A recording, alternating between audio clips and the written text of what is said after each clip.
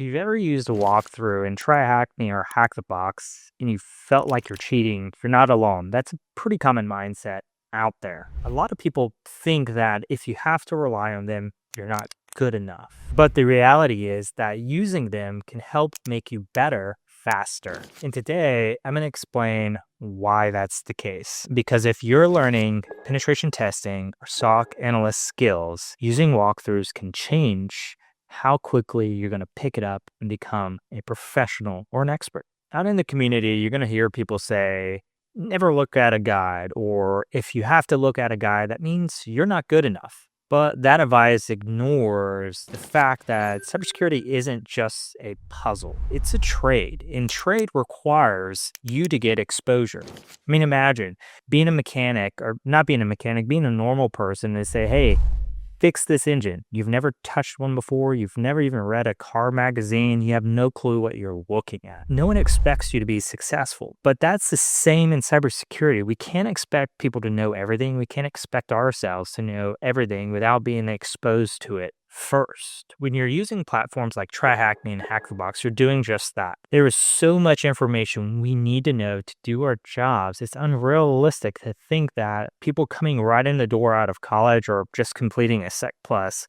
has everything they need to be successful. For penetration testers, this could mean learning new privilege escalation techniques, new lateral movement techniques, new exploit development processes. For SOC analysts, this could be new log sources, understanding new techniques, utilizing new tools. We can't recognize stuff if we haven't seen it before. Walkthroughs give you the exposure so that when you see it the next time, your brain says, I've seen this before. And that is exactly how experience gets built. Another reality that a lot of people don't talk about with these labs is that sometimes they're just broken. Imagine having to spend 6 hours trying to figure out a lab without a walkthrough, and then realizing at some point that it's just broken and you were never going to be able to solve it.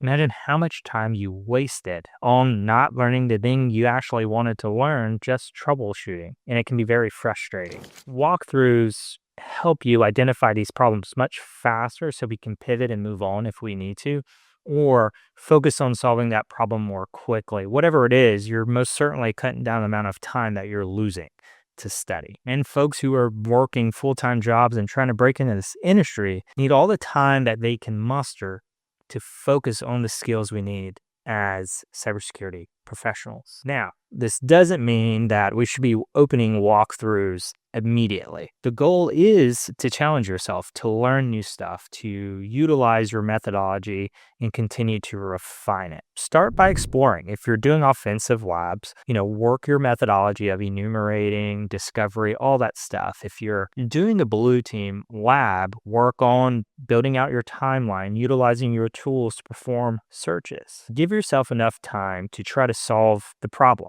And when it's time and you feel like you're stuck, open up the walkthrough, look at it enough to get that little bit of nudge you need to move forward, and then close it and keep working your methodology again. Maybe the walkthrough revealed a new tool, a new exploit, a new process, something that you didn't know existed before. Over time, you'll notice something funny that happens, that you'll rely less and less on walkthroughs because you've built that experience, that exposure that you didn't have before. This leads me to the point that the power of a walkthrough isn't just the answer. It's the fact that it's helping you refine your methodology over and over, right? We rely, no matter what your job is in cybersecurity, we rely on methodology, how we go about approaching a problem. Mechanics do the same thing. They have a book that tells them they should check things in certain orders. We do the same, whether it's offensive security or defensive security. And every time we have to refine our process, we need to ask ourselves, what did I miss? And then what can I change so that I don't miss this in the future or the next time this thing pops up? And in the end, we're not just learning new tricks when we're refining. We're building repeatable processes that help us solve the problems that are in cybersecurity. This experience that we're getting is what makes the difference between a junior candidate and a more experienced candidate or professional. Here's another powerful way that we could use walkthroughs. And this goes back to when I was studying for the OSCP. I had 3 study partners where sometimes we'd study together. Most of the time we were studying differently, but we had a rule that we would never share our full guides to a challenge until the person was done. Of course, we'd provide little nudges to help each other out, but we'd never share the full guide. But once we were done, we shared the full guide and all of us would always dig through it and see what can we add to our methodology that this other person did that I didn't know about. Sometimes it was a more efficient process to the problem, a different tool that I've never seen before, things like that. But there were usually really good nuggets in there that we could add into our own methodology.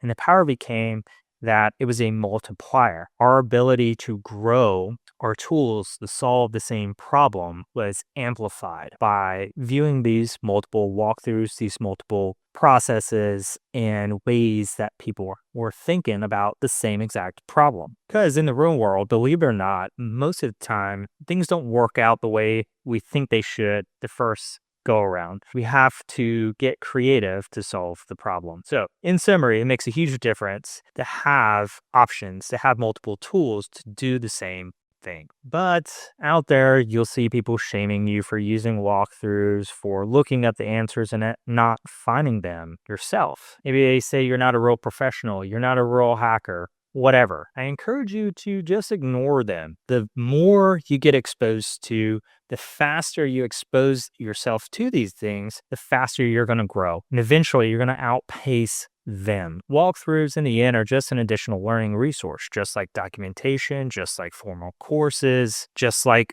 Googling answers. And remember, no one becomes a professional alone. This is a team sport, and we shouldn't study alone because we don't even work alone. We work in teams. So remember that. Our goal is progress, not to serve your ego or other people's ego. So if you're working in TryHackMe or Hack the Box and you get stuck for a good period of time, don't be afraid to open up that walkthrough and take a peek and get a nudge. Use it as a tool. Use it to learn new techniques.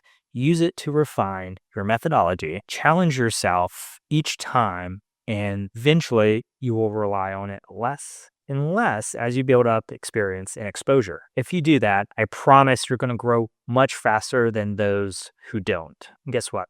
That's what really matters, your success at the end of the day. Happy hacking out there.